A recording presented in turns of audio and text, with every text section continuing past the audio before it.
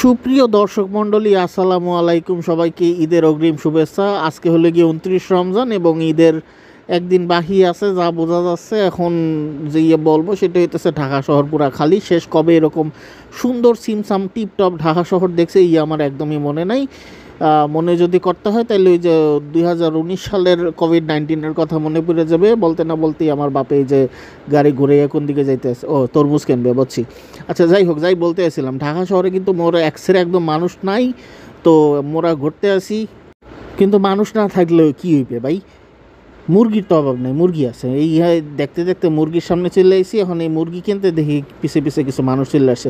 ঢাকা শহর কিন্তু খালি হয়ে গেছে, এই কিন্তু সত্যি কথা, ঠিক আছে। কিন্তু এই মুরগি আর মাছ কিনতে মানুষজন চলে আসছে। দেখেন কি সুন্দর করে মুরগিটারে আল্লাহ আকবার করে জবাই দিয়ে, ওমা মুরগিতে মাছে ডাইভার্ট হয়ে গেলাম কেমনে। আচ্ছা যাই হোক, মুরগি কেনার শেষ, সোনার বাংলাদেশ। এখন মাছ কিনতে আইছে, এখন বিশাল বড় এক মাছ কিনছে। আমার আব্বু আমার দেখে কইতাছে এই যে মাছের ছবি তোল, মাছের ছবি তোল। আমি কি, আমি তোমার থেকে এক ধাপ এগিয়ে আসি, তুমি আমাকে ছবি তুলতে বলতে আসো কেন? আমি তো এখন ভিডিও করতে আসি। কিন্তু মাস্টারের সামনে একেবারে ধরা ঝাড়তে আছে বুঝছেন। দেখে কিন্তু আমার একেবারে এক্সের কষ্ট লাগতে আছে, এমন কেমনও যেন লাগতে আছে। খাইতে গেলে আমার কেমন জানি লাগবে।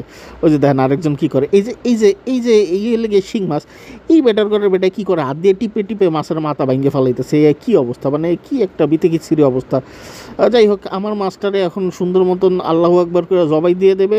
মাছের বিশাল বড় বড় হাড্ডি কাটা যেটাই বলেন না কেন, সেটা হবে একটা কিছু হইতে পারে বেটায় মাছ, কিন্তু তার কি কোনো মানিজ্যত নাই? তাকে আপনি কেন বলবেন কাটা?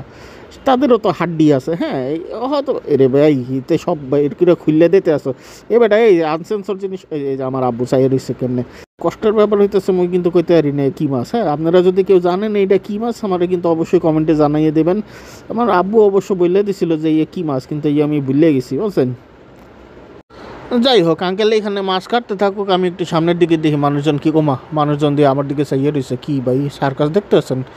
ওমা গোমা, ঢাকা শহর দিয়ে খালি দিকে আইলাম একটু আগে, এখন দিয়ে এত মানুষ, এই মানুষ করতে আইলে ভাই ধাক্কা মারেন, ধাক্কা মেরে চলে গেছে। মানে বাসায় কি বাবাই নাই? কি অবস্থা। মোটামুটি কেনাকাটা শেষ করে সামনের দিকে হাঁটা শুরু করছি, কিন্তু আমার বাপের চোখে পড়ছে বিশাল বড় বড় চিংড়ি মাছ। এখন দিকে তো এর মাথা নষ্ট হয়ে গেছে। কয় এই মাছের কেজি কত? কয় একটা 1100 টাকা, আর একটার দাম 900 টাকা। আমার বাপের মাথায় কি হয়েছে করলো, যা আছে সব কিছু দিয়ে দাও, নিয়ে এসে হাঁটা শুরু করছে, মানে গাড়িতে যাওয়া শুরু করছে।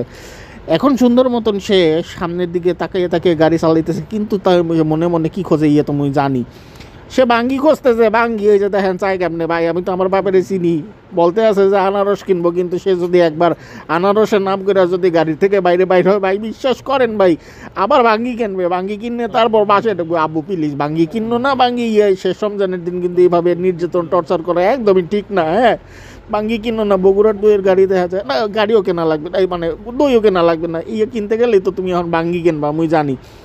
কয়েকদিন আগে সাইডে আনারস কেনার কথা কয়ে 2টা বাঙ্গি কিনা বাসায় ফেরছে, এবং রস বানাইয়ে যেমনে খাইছে, ও মা গোমা আমার 4 গ্লাস খাওয়াইছে।